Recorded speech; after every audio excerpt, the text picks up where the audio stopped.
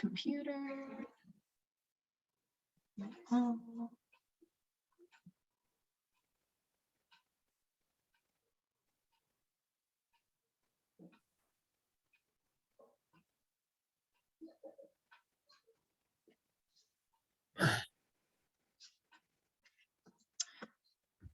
Good evening, everyone. We're just gonna give it another minute while some people settle in. And we thank you for your patience as we get everybody admitted into our lecture tonight.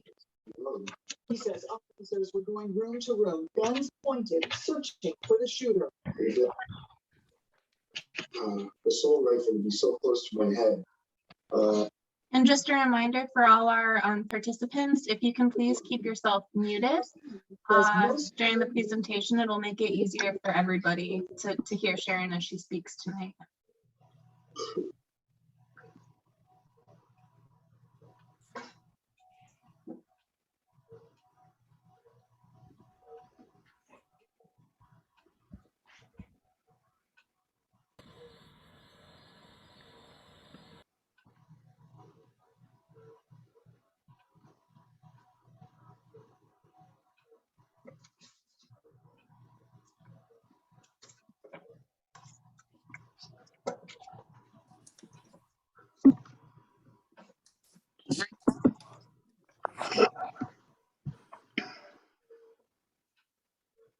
All right, good evening, everyone. My name is Audrey. I am the program manager for the Michigan Street African American Heritage Corridor Commission. We're very excited to have you joining us tonight for one of our last lecture series of Black History Month. We will be having Sharon Holley joining us. Before I introduce Sharon, I just want to go over a couple housekeeping items and ask that everybody on this meeting, please keep yourself muted until the end. At the end of the meeting, we will have the opportunity for you to ask questions, at which point you can take yourself off mute if you have a question. But during our presentation, please keep yourself muted. This evening's lecture will be recorded and available online tomorrow. So if you have anybody who wanted to hear the lecture, you can send them to our website and tell them that the recording is available there. We're excited to have this lecture for you tonight. Yes, ma'am.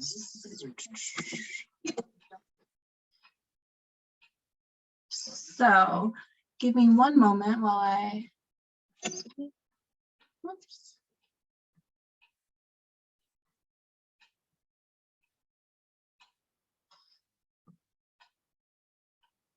All right, so tonight we have Sharon Holley, who is currently serving as board president of the Michigan Street Preservation Corporation. That's the owner organization of the Nash House Museum. She is also a board member of the Michigan Street African American Heritage Corridor Commission, a board member of the Afro American Historical Association of the Niagara Frontier, a life member of the Buffalo Genealogical Society of African Diaspora, co-founder of Tradition Keepers, Black Storytellers of Western New York, life member and past board member of the National Association for Black Storytellers, Percussions with Daughters of Creative Sound, and she has participated in several community organizations and is a co-owner with her husband, Kenneth of Zawadi Books. Sharon is a mother of 3 and a grandmother of 6.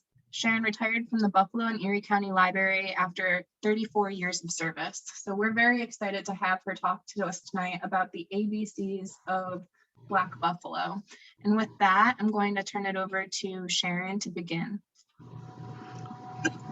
Okay, good afternoon, everybody, and thank you for joining me with this presentation. So that was a young picture of me, as you can probably look at the current photo. But at any rate, I want to start out by giving gratitude to my parents, Johnny and Rebecca Jordan of High Springs, Florida, and the community that raised me. I also want to say thank you to my husband, Kenneth, my children, my grandchildren, and my extended family for one that nurtures me. And a disclaimer before I begin, I am not a historian. I'm just one who likes history. And I have based a lot of the information on some of the historians that I have read in the past. One of them was Mrs. Eva Knowles, who wrote a book called Buffalo Blacks Talking Proud. And then there was, get his name straight, Mr. Henry Locke, who worked for the Courier Express magazine, Courier Express newspaper, and he wrote a history of Blacks in Buffalo. And about 20 years ago, I and a group of people put together a pamphlet called African American Experience in Western New York, one of the best kept secrets. And that was trying to expose some of the places and information around Buffalo. So having said that, I will talk about the ABCs of Black Buffalo. This is not an extensive or inclusive of everything for the ABCs. And I'll be happy to answer questions and we can have comments at the end of the presentation. So we start with A. A is for two things, the African American population and the African American Cultural Center. The 2020 census identifies 35.6% of African Americans in Buffalo. That means these are people that checked the box that said that they were African Americans. In 2010, that was 38.6% identified as African Americans. So we lost 3%. However, the population of Buffalo now being 278,340 has increased, but you see it did not really increase for the African American community. The African American Cultural Center that you see was the first Black educational cultural center in the city of Buffalo. It was founded in 1958 by Malcolm Ernie, and they moved to this building in 1969, which is at 350 Maston Avenue. The African American Cultural Center, and it says home of the Paul Robeson Theater, has programs in African history, dance, drumming, reading, math, and an extensive summer program, as well as drama. There's the African American Cultural Center Dance and Drum Performance Group that many have seen throughout the city, and of course, the world-renowned Paul Robeson Theater. B. B is for Mayor Byron Brown. Mayor Byron Brown, because he was the first African American elected mayor of Buffalo, New York. Brown was born in Queens, New York, and came to Buffalo actually to attend Buffalo State College. Upon graduation, he found his career in politics, and he was a representative at the Buffalo Common Council. He also worked with the Erie County Legislature, and he was a New York State Senator. He was elected the first time as mayor in 2006, and in 2020, he was elected for a fifth consecutive term. He is the 69th mayor of Buffalo, New York, and still the first African American to achieve that. William Wells Brown, the marker that you see there was in front of First Shiloh Baptist Church on Pine Street. William Wells Brown was not born in Buffalo. He was born into slavery near Lexington, Kentucky, about 1814. He settled in Cleveland, Ohio first, and then he came to Buffalo and lived in Buffalo from 1836 until 1844. He is known for helping people to escape into Canada to gain their freedom, because while here, he worked on some of the steamer ships that ran from Cleveland to Buffalo. But not only is that his call to fame, he was an anti-slavery lecturer, a historian, a playwright, a novelist, and in 1847, he published the narrative of William Wells Brown.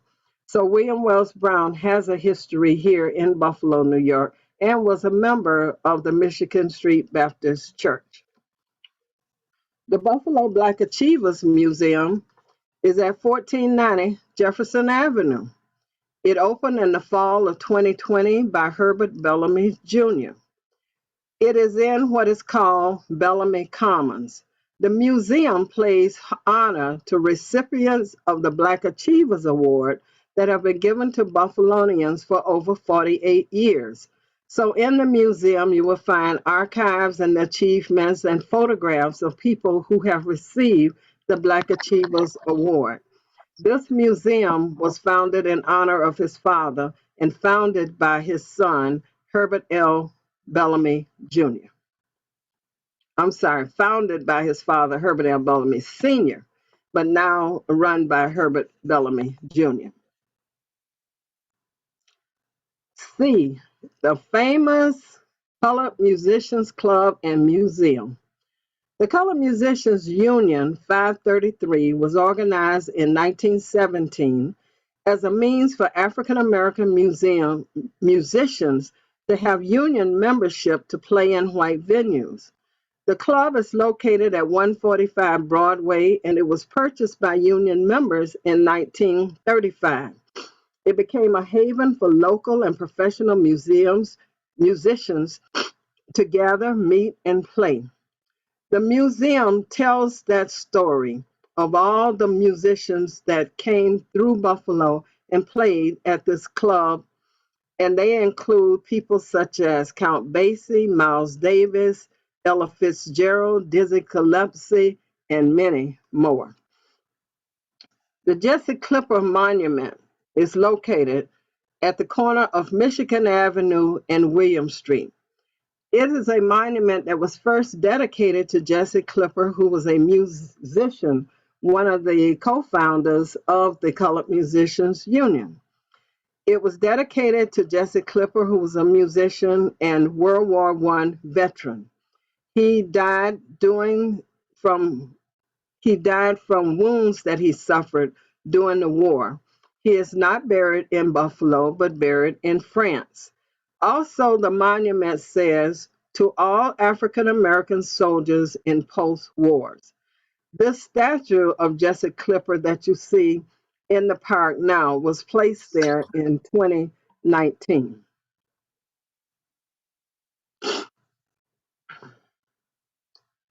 Eva M. Doyle, Dr. Eva M. Doyle, is known as Buffalo's African American historian.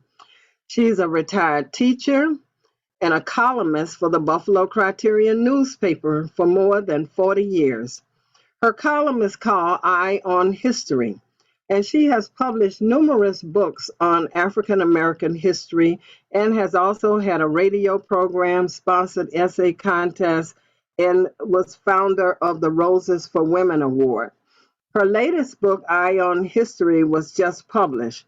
The auditorium at the Frankie Merriweather Jr. Branch Library is named in her honor. She also every year puts up a billboard, mostly on that corner of Michigan and Broadway. Doug's Dive. Now, Doug's Dive, at one point, that was the name of a restaurant down on Furman Boulevard, but he took the name after Doug's Dive. Doug's Dive was a waterfront basement saloon and boarding house run by a formerly enslaved man named William Douglas. The site was what was known as the Canal District. Now, William Douglas was not born in Buffalo either. He was born in Tennessee in 1800, and he came to Buffalo about 1830. This dive, because it was partially underground, was called the Union Block. They later called it the Negro Block because it housed so many African Americans. Doug was also responsible for helping many freedom seekers on their way to Canada. Entertainers and artists. This could fill a whole slideshow, but I've only chosen two to show to you. The first, of course, is Rick James, whose real name was James Johnson. He was known as the king of punk funk. Growing up in Buffalo, he eventually became a Motown recording artist. There are other artists and entertainments that have a Buffalo connection. One is Grover Washington Jr., Lucky Peterson, which was a blues musician, Dodo Green, a jazz singer, and Conway the Machine, a rap artist. In artists, I've chosen a photograph of Valeria D. Cray. She's an artist and sculptor. She designed the wooden doors that you will see at the Frankie Merriweather Junior Library. She also sculptured the Tree of Life sculpture, which is at Buffalo General Hospital on near Michigan Street. And she is the artist that put the Michigan Street African American Heritage Archway, that was her design, that now crosses the street on Michigan Avenue. There are many other artists in the city, and I just wish to call their names: John Baker, James Cooper, Idris Wajid, Julia Bottoms, Jalen Law, and many, many others.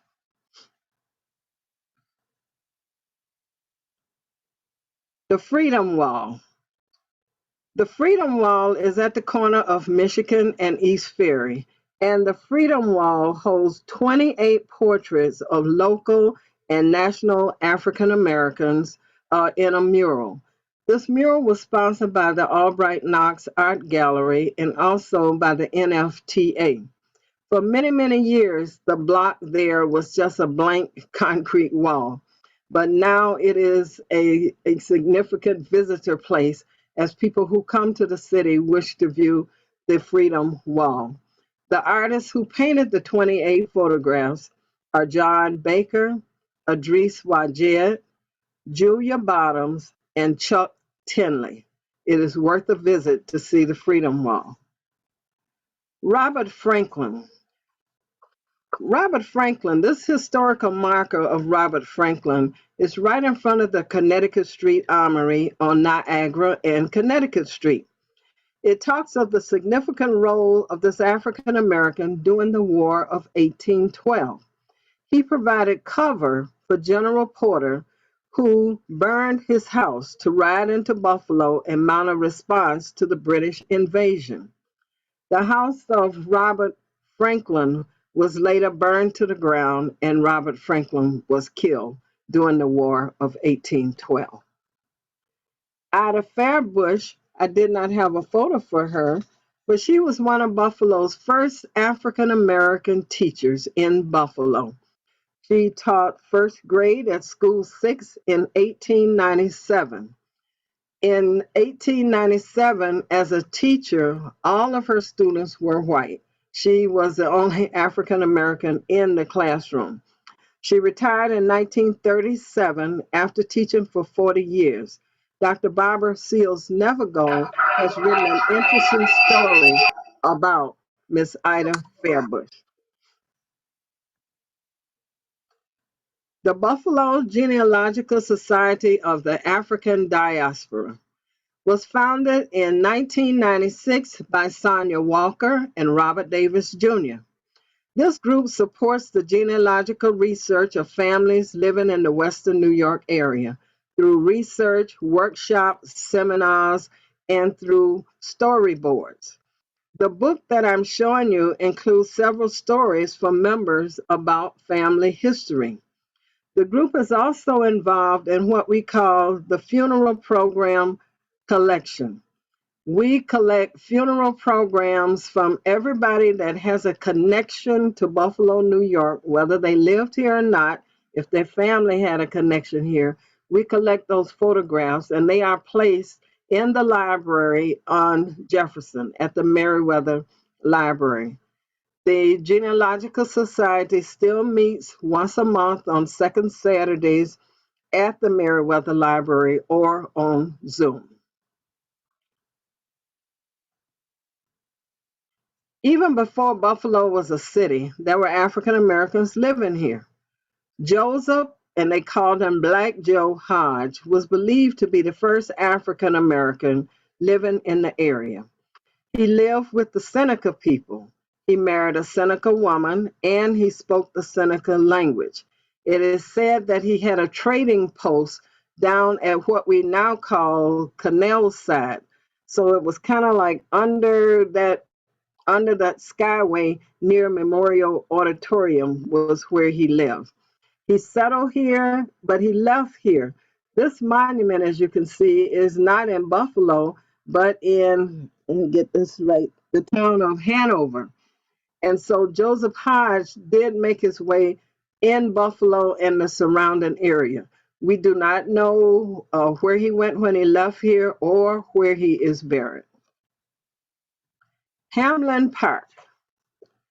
In 1999, Hamlin Park was designated as a historic district. It is the largest African American historic district in the nation to be cited. It's an area that's bound by Jefferson, Maine, Humboldt Parkway, and Ferry. The word Hamlin is named after its occupant, who was Cicero Hamlin, who was a horse racing enthusiast and made Buffalo the Kentucky Derby of the North. The house that you see in the picture was a home that was once occupied by Mr. Hamlin, and later on, that home was occupied by Luke Easter, a baseball player in Buffalo. And I'll say more about Luke later. Inspiration Garden on Cherry Street. You've probably passed this little garden 100 times without knowing what it is. It's a small garden near the corner of Cherry and Jefferson Avenue, and it tells the story of traditional African fabric. It's kente fabric, adinkra cloth, and their Akan cultural symbols. Also, along the expressway wall, there are adinkra symbols that have been placed there that kind of match the garden. So in the summertime or in the spring or after the snow has melted, take a look at the small garden, the Inspiration Garden, put together by the Cherry Street and the Fruit Belt Block Clubs. Juneteenth. Well, Juneteenth is now a national holiday. And Juneteenth celebration commemorates June 19th, 1865, when Colonel Granger arrived in Texas 2 years after the Emancipation Proclamation to declare that slavery had ended. In Buffalo, the Bill organization planned the first Juneteenth festival in 1976 as a celebration for the bicentennial. The celebration was first held on Jefferson Avenue and later moved to Martin Luther King Park on Fillmore Avenue. It is still one of the largest celebrations in the country. Last year, it was a virtual festival, but this year, I understand they are planning that it will be live. Juneteenth Festival. Jazz festivals. You can't live in Buffalo and not like jazz. Jazz is everywhere in the summertime in Buffalo. I want to highlight 3 hotspot festivals for you. The Queen City Jazz Festival, that's put on by the Colored Musicians Club, which happens in July. The Pine Grill Reunion, that is put on in Martin Luther King Park by the African American Cultural Center. And the Pappy Martin Jazz Festival, which is also held in Martin Luther King Park near the Science Museum in July and early August. These are not only festivals that give tribute to the jazz musicians, both locally and nationally, they're like family reunions. They're like cookouts and gatherings with people who haven't seen each other since the last winter. So be on the watch for Buffalo's jazz festivals. Kwanzaa. Kwanzaa is an African American holiday created by Dr. Malana Karenga of California. It was created in 1966. It is a cultural holiday, not a religious holiday, and it's based on the 7 principles that we call the Nguzo Saba. The holiday is celebrated from December the 26th until January the 1st. Buffalo, New York has a well-known and attended holiday programs that is attended generally by its founder, who's standing beside the table, Dr. Malana Karenga, and his wife, Sister Tia Moya Karenga. So the Buffalo Kwanzaa Committee, the committee, not the holiday itself, but the committee was formed or was pulled together by my husband and I back in the late 70s and early 80s. But the tradition goes on for the celebration of Kwanzaa in Buffalo starting December 26th. Little Harlem. Little Harlem is no longer there. It was destroyed in a fire, but it was a nightclub, a hotel, and a restaurant that was popular in the 1920s. It was popular not just on Michigan Avenue, but in many places around not just the city, but outside the city as well. Here you could see dancers, singers, and bands. It was operated or owned actually by the late Anne Montgomery, who was divorced from her husband Dan Montgomery, who owned another hotel and night spot on Exchange Street called Dan Montgomery's, noted for steak. The Frank E. Merriweather Jr. Library. This library was built and opened in 2006 to replace the North Jefferson Branch Library, which is right around the corner on East Utica Street. The library's architect was Mr. Robert Coles. It's a unique circular design that was influenced by African village motif. So there are circular pods inside this library that represent different spaces. There is the William Miles Center for African and African American Studies in here, which is the largest resource center in Western New York for information about African American history. The library also dedicated the auditorium for Dr. Eva Doyle this past year. So it's a very unique library and a gem in our community, not just for its architecture, but for its collection. Michigan Avenue Baptist Church. Now, Michigan Avenue Baptist Church, of course, was Michigan Street Baptist Church when it was a street, not an avenue. It was built in 1845 by members of the congregation and its pastor, Reverend Samuel Davis. It's one of the oldest properties in Buffalo continuously owned and operated by African Americans. The church has been a safe haven for freedom seekers and a meeting place for those other abolitionists in the community. Right now, the church is undergoing restoration and preservation by the Niagara Freedom Station Coalition, and you'll hear more about that if you join the lecture tomorrow about the history of the church. The church is located at 511 Michigan Avenue. The Michigan YMCA. If you're old enough in Buffalo, many people talk about the Michigan YMCA. It was designed by Buffalo's first African American architect, John Brent. It served as a center for social activities, recreational activities, community meetings, health things. Everything happened at the Michigan YMCA. It was the social center of this community.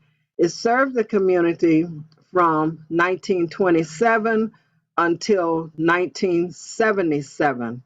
The building has been demolished, and so that structure no longer stands on Michigan Avenue. The Nash House Museum. The Nash House is a historic home of Reverend and Mrs. Frances Jackson Nash, and they purchased this property in 1925. Reverend Nash was pastor of the Michigan Street Baptist Church from 1892 until 1953. That's 61 consecutive years. But in 1925, he purchased this home which is at 36, it was called Potter Street. It is now called Nash Street. So the home is right in front of the Broadway garage when you can see it when the snow trucks are not blocking the entrance, entrance to it. The home is owned and preserved by the Michigan Street Preservation Corporation. And we invite you all to check out our newsletter and find out when you may take a visit to see the Nash House Museum. There have been many newspapers in Buffalo, New York, but the two papers that are currently being published that carry news for the African American community is the Buffalo Challenger and the Criterion. The Buffalo Criterion was a weekly paper that was founded and published by the Merriweather family. It is still published by the Merriweather family. The paper has been published since 1925. The Frank E. Merriweather Jr. Library is named after the Frank E. Merriweather from the Merriweather family. The Challenger is also a weekly paper that's published by Sister Alnisa Banks. The Challenger was founded in 1963 by Mr. Arthur O. Eve, Calvin Kimbrough, and John Moore. But that paper also is still a weekly that's being published. And it is the place where many African Americans get news and church news and community news that is going on in the community. Offerman Stadium. Now, this sign that says Offerman Stadium is right beside the Buffalo School for Visual and Performing Arts, because that was the site of Offerman Stadium. It was the home of the Buffalo Bisons. It first opened as the New Olympic Park, and in 1933, they named it for the team's owner, and his name was Frank J. Offerman, and so it became Offerman Stadium. The main stories you hear about Offerman Stadiums are the home runs that were hit by Luke Easter. It is said that Luke Easter hit a home run so long and so high that it went outside the stadium over the scoreboard and hit a house on Woodland Avenue. And people who were there still talk about that story of Luke Easter's home run. There are many organizations in Buffalo. I chose to just mention 3, but as you know, it could take up the whole page if I tried to list them all. First, I list the NAACP, because the NAACP had its beginning as a successor to a group called the Niagara Movement. And the Niagara Movement had connections in the Buffalo, Western New York, and Ontario region. The first president of the NAACP in Buffalo, New York, was John Brent, the architect for the Michigan YMCA. Also mentioned the Buffalo Urban League, which is still in existence, and the Buffalo Urban League was important to the building of the Michigan YMCA, especially through its leaders such as Mr. Evans. The Afro American Historical Association of the Niagara Frontier was founded in the 70s by a group of people who were interested in promoting primary resources for local history. One of those founders was Dr. Monroe Fordham, a historian at Buffalo State College, and also Dr. Lillian Williams, who is a historian and history professor at the University of Buffalo. There were other founders that I will not mention at this time, but I do want to say that the Afro American Historical Association has its papers and its microfilm and some things being digitized. And those papers and archives are held at the Frank Merriweather Jr. Library and also at the Butler Library at Buffalo State College. It is because of the Afro American Historical Association that we can find the papers of the Buffalo Urban League, because after we microfilm their papers, they're building on Broadway burned to the ground. So had we not microfilmed them, there would probably be no record of the Buffalo Urban League. There are many parks in Buffalo. Broderick Park is one. Broderick Park is at the foot of West Ferry that ends at the Niagara River. There are many stories and books with stories in them that talk about the freedom seekers who, once they got to Buffalo, made their way to the foot of Ferry Street, where a ferry would take people from Buffalo across the waters into Fort Erie.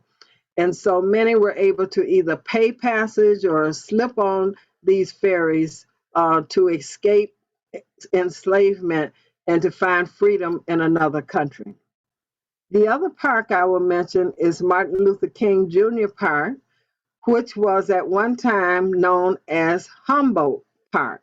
It is part of the Olmsted Park system.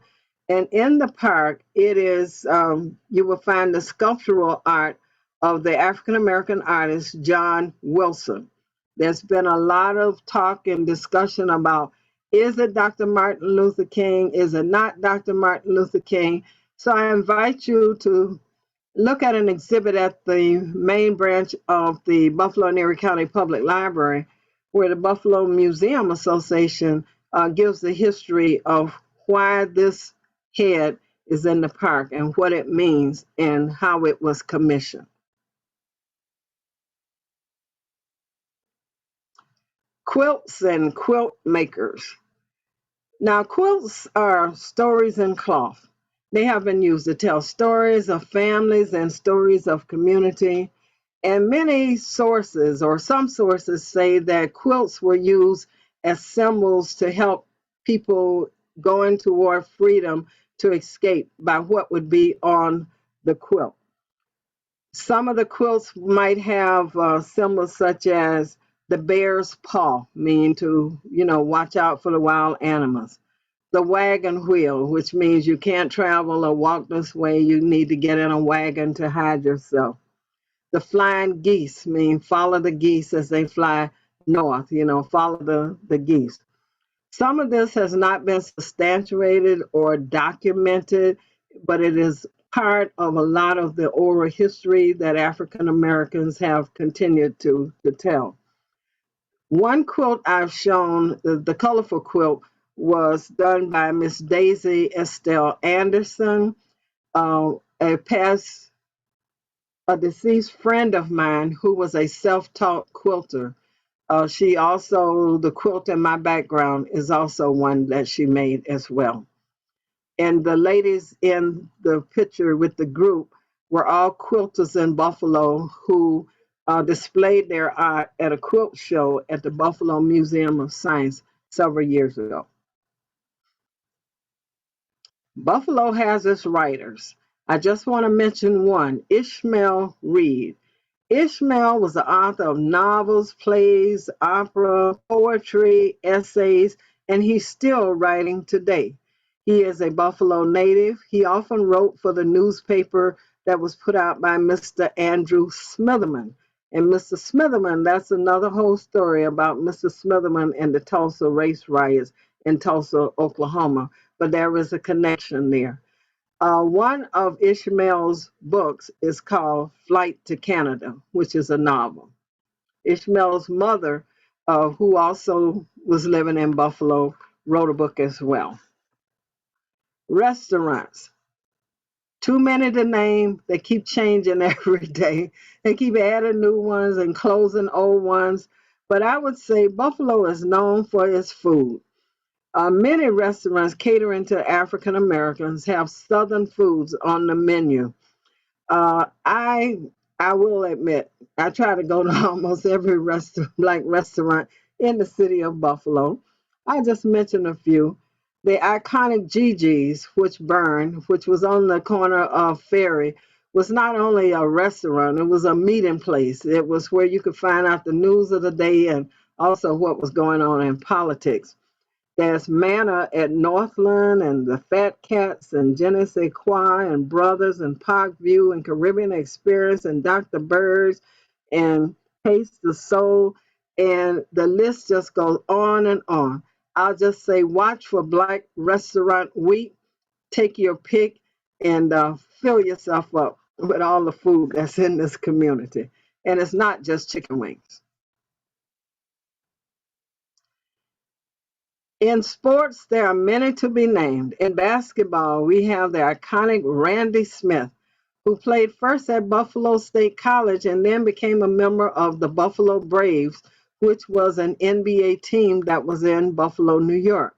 Also, Buffalonian Bob Lanier went on to play professional basketball, and so did Clifford Robinson. In football, I mentioned Willie Evans from here, Stephen Means, Khalil Mack, who is still playing, and Corey Graham. In baseball, that was Frank Grant, who was one of the first baseball players to play with the Bisons in the 1800s, the African American, and Luke Easter that I mentioned, who played at Offerman Stadium. In hockey, Val James, who was from Florida and then again from Long Island, but he was the first African American to play in the NHL as a Buffalo Sabres. Val James.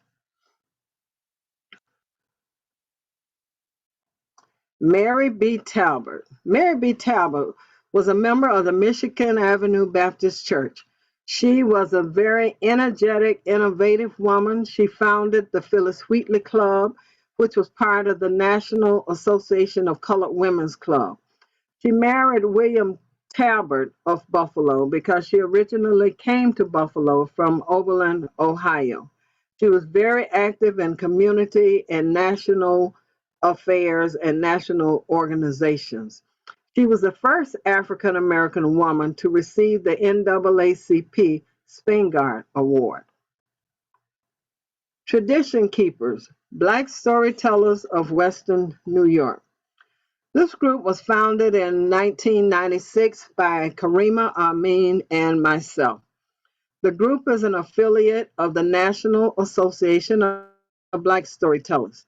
Its members are dedicated to the oral tradition of Black storytelling and presents programs throughout Western New York and beyond. One of our featured programs is Get on the Bus, which is a program that we do in conjunction with the Juneteenth Festival. And you will hear more about that at a later date. The Underground Railroad.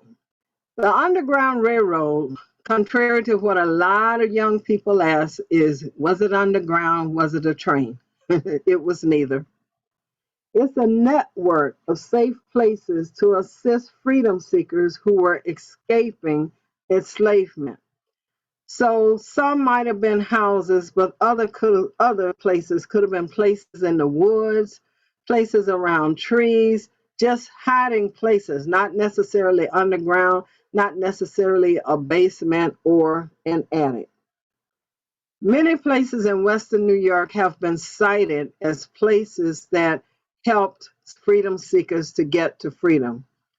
Because some of this activity is not documented because it was illegal to harbor fugitives, we do not know some of these places. Some still exist, but they are private residences and are not open to the public to come and explore. But there is a history of Buffalo being so close to the Canadian border that there were places where people would come here and could hide out until they could reach the shores of Canada. The Ujima Theater Company is a professional theater company that was founded by the late Lorna Hill. For many years, the performances were held at Theater Loft on Elmwood Avenue. But lately, they have moved to their new location, which is a renovated school on Plymouth Avenue. This is still an active theater, and they do have a theater season in progress right now. So you can go to their site to find out what plays are coming up next month. Vine Street. Vine Street no longer exists. It was called Vine Alley one time, but it was a street that ran between Michigan and Elm. But at one point, the city decided to extend William Street, so that got rid of Vine Street. So now William Street goes all the way up almost to Ellicott Street. But before that, there was a section between Michigan and Elm that was called Vine Street. Vine Street was a site of a lot of activity in the early years for African Americans in Buffalo, because this street was the site of the Vine Street Colored School, which was an inferior school that eventually got closed because of its conditions. And also, it was the site of the Vine Street AME Church, AME meaning African Methodist Episcopal Church. This church, after several moves around the city, later is in its current location at Michigan and Ferry. It is Bethel AME Church. That is the original congregation from Vine Street AME Church. That congregation is the oldest African American congregation in the city of Buffalo. WFO Radio. WFO used to be on LaSalle Avenue, but now they're part of the Michigan Street Corridor, and it's 1080 AM WFO, and it's Power 96.5. And both are the trademark of Vision Multimedia Group, LLC, where Sheila Brown is the first African American female in Buffalo to own a radio station. Its format is talk radio, gospel, and urban mix, and it is located on Broadway, currently right near the Colored Musician Club, but later will be moving to a space on Michigan Avenue near the Michigan Street Baptist Church. James Whitfield. James Whitfield was a founding member of the Buffalo City Anti-Slavery Society that was organized in 1836. In 1845, he published a book of anti-slavery poems called America and Other Poems. A copy of this book can be found in the Rare Book Room at the Buffalo and Erie County Public Library at the Central Library. Johnny B. Wiley Stadium, often known in the community as the Old Rock Pile, because this was the place that first became Memorial Auditorium and then Memorial Stadium in 1960, where the Buffalo Bills played. After the Bills moved out, the Buffalo Bisons played at the stadium. But in 1989, it was transformed into an amateur sports pavilion and named Johnny B. Wiley. Johnny B. Wiley was an African American youth worker and advocate for community services and physical education and cultural collective things in the community. And so the stadium is named Johnny B. Wiley Sports Pavilion. X is for unknown, because there are so many things about Buffalo and Buffalo history that I don't know. And there are probably many of you that are on this call that could teach me a few things and say some things that I have missed. However, we still continue to research, we still continue to study and read the letters and things that people have written to find out more about our history. Why is for John Young. His story has a hard time getting out. John Young is recognized in the community as the king of the chicken wing.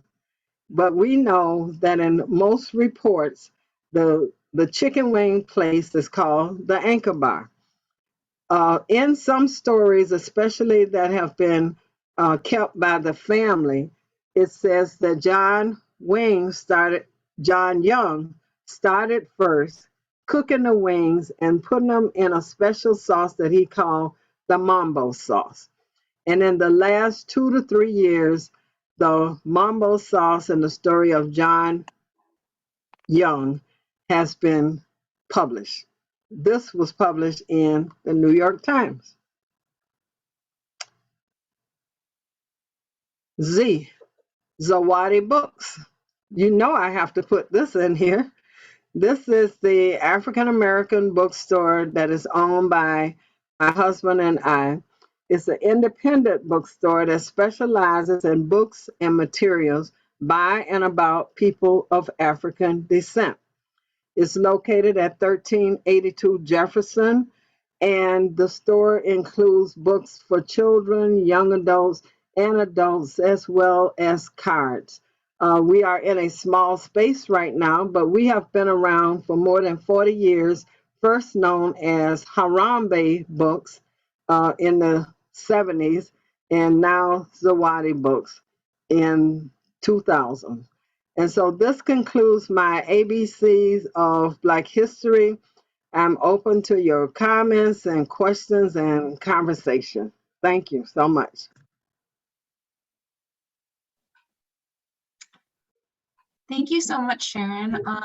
At this point, if anyone has questions, they can pop them in the chat, or you can raise your hand and we'll call on you and you can ask them in person.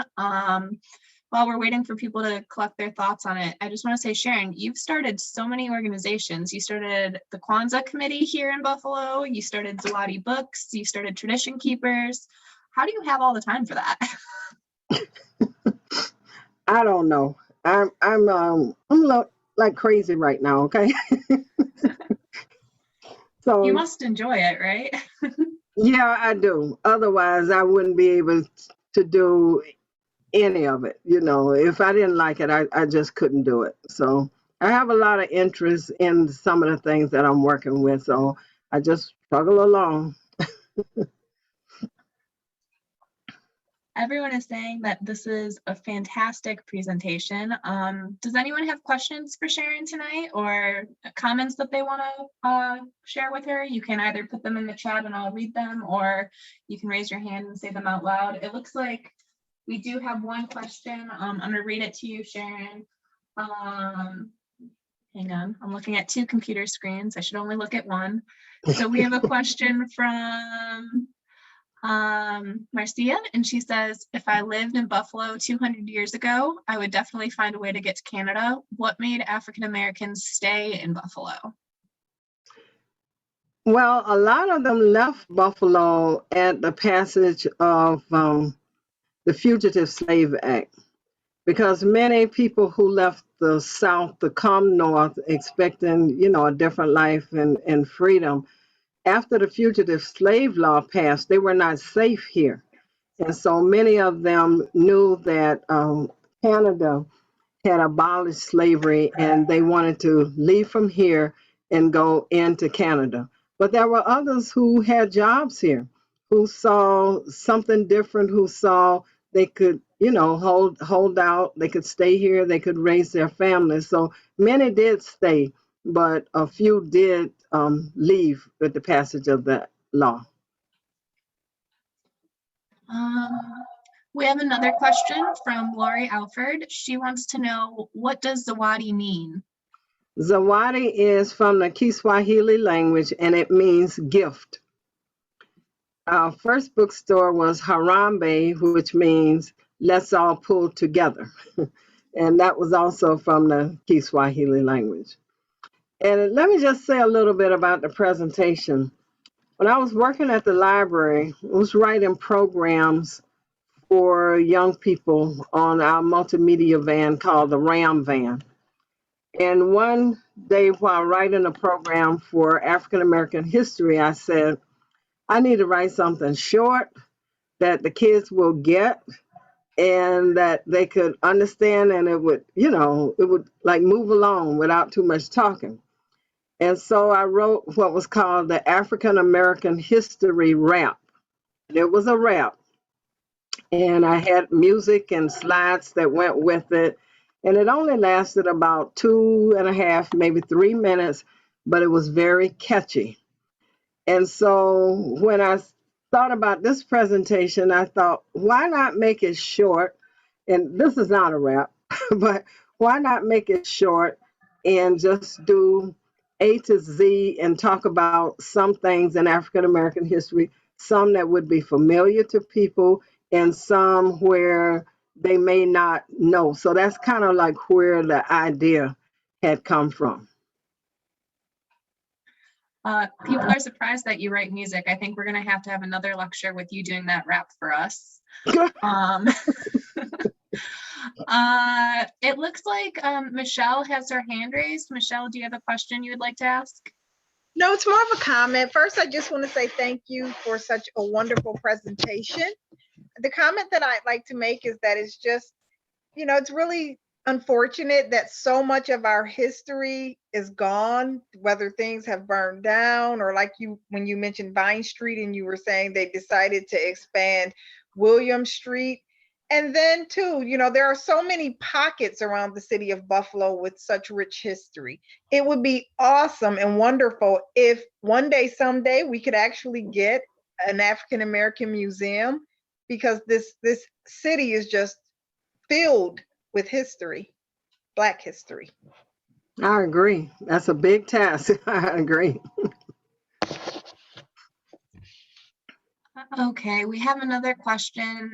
This one, I'm not sure who it comes from, but they ask, what was the first site of the African American Cultural Center?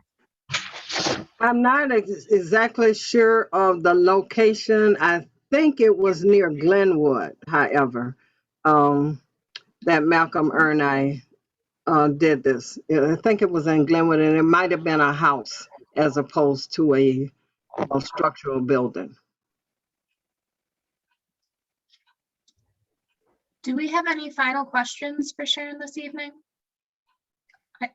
I have a question. I don't know how to raise my hand on this thing. So can you hear me? Can I just go ahead and ask it? Yeah. I hear you, Wanda. Yeah, hi Sharon. Hi. I learned about this presentation in the Challenger.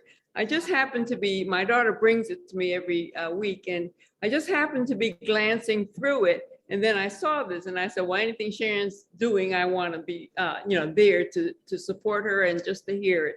But also I had also saw, I think it was in the Challenger, another presentation or something you did about reading at the library, at the Meriwether Library, reading Black authors or something like that.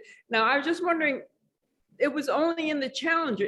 Can it be publicized some other place or some other way that I could find out about these activities that are going on? I don't know, was this posted in the news, the Buffalo News, or on the radio, or I don't know. It's just that I just happened to come across this event.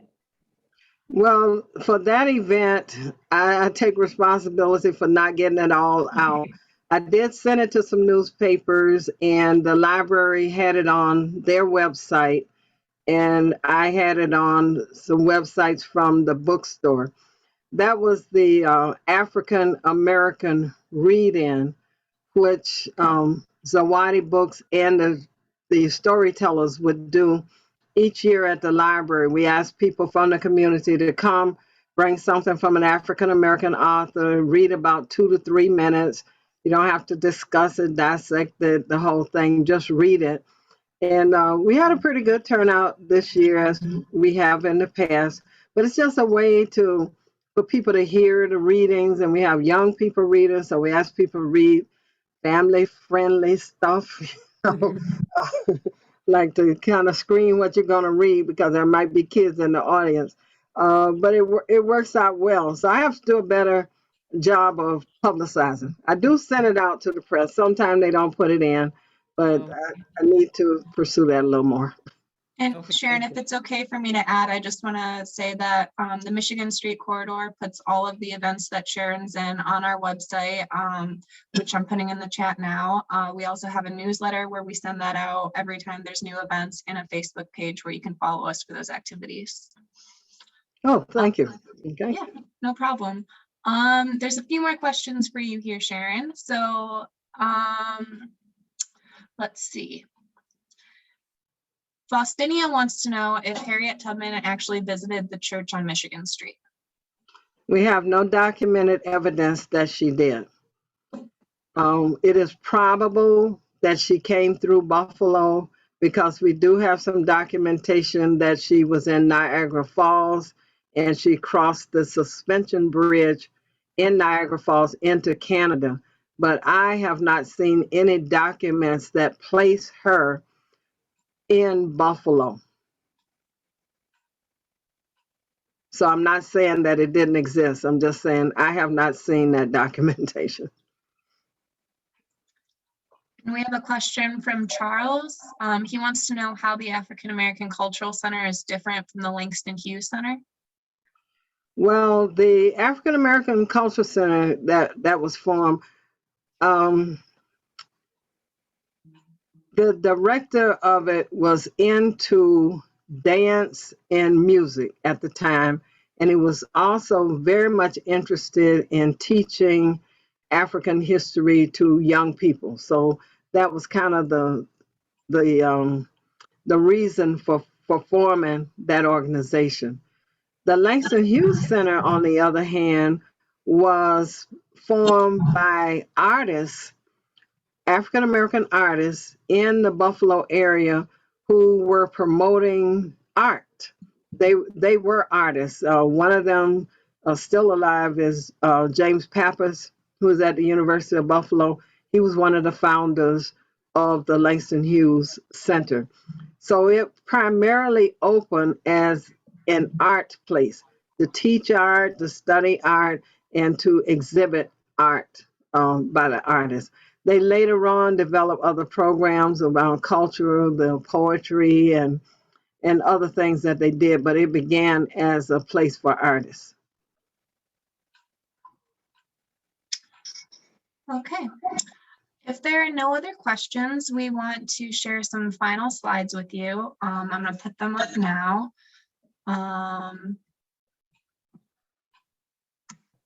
First, I want to remind everybody that if you know somebody who wanted to see this presentation and couldn't make it tonight, we will have the recording up on our website tomorrow afternoon. We also invite everybody here to come to our lecture tomorrow. It will have Lily Wiley Upshaw. She is the president of the the Buffalo Niagara Freedom Station Coalition. They're the group that owns the Michigan Street Baptist Church, and she'll be presenting on Untold Stories of the Underground Railroad. We're very excited to have her join us. I will send everybody the link to that tomorrow morning. It's the same link you used to get onto this evening's lecture. And if you know anybody who wants to register, you can do so with the link I just put in the chat. We also have some exciting tour opportunities coming up in the corridor that we want to share with everybody. This Friday, we have open tours for the 4 cultural anchors. So that's the Nash House that Sharon helps run, the Michigan Street Baptist Church, the Historic Colored Musicians Club, and Buffalo Black Radio History Collective. You can come to that lecture, that tour at 12:30. It'll be done virtually, and we'll take you inside all of the spaces. Everyone on this call can use a promo code to get $5 off that tour and experience it together with us. And we also have a really unique opportunity on Saturday. We're going to be partnering with the Niagara Falls Underground Railroad Heritage Center for a special crossover tour. You'll get to experience all 5 of the museums, the 4 that are here in the corridor and the one up in Niagara Falls, all at once. It'll be a 2-hour program Saturday at 4 p.m. You can register for that tour on our website, and I'm going to place that in the chat right now once I grab the link. It should be a really great presentation. We're very excited to have everybody come together for that. And finally, we just want to thank you for coming out tonight and hearing Sharon speak. We hope you come back and visit us. If you're able, you can donate to the Michigan Street Corridor so we can continue to do these lecture series. We thank everybody for coming out tonight, and we hope you enjoy your evening. Thank you, everyone. Thank you. It was awesome, Sharon. Thank you. Yeah, amazing job, amazing. All right, thank you.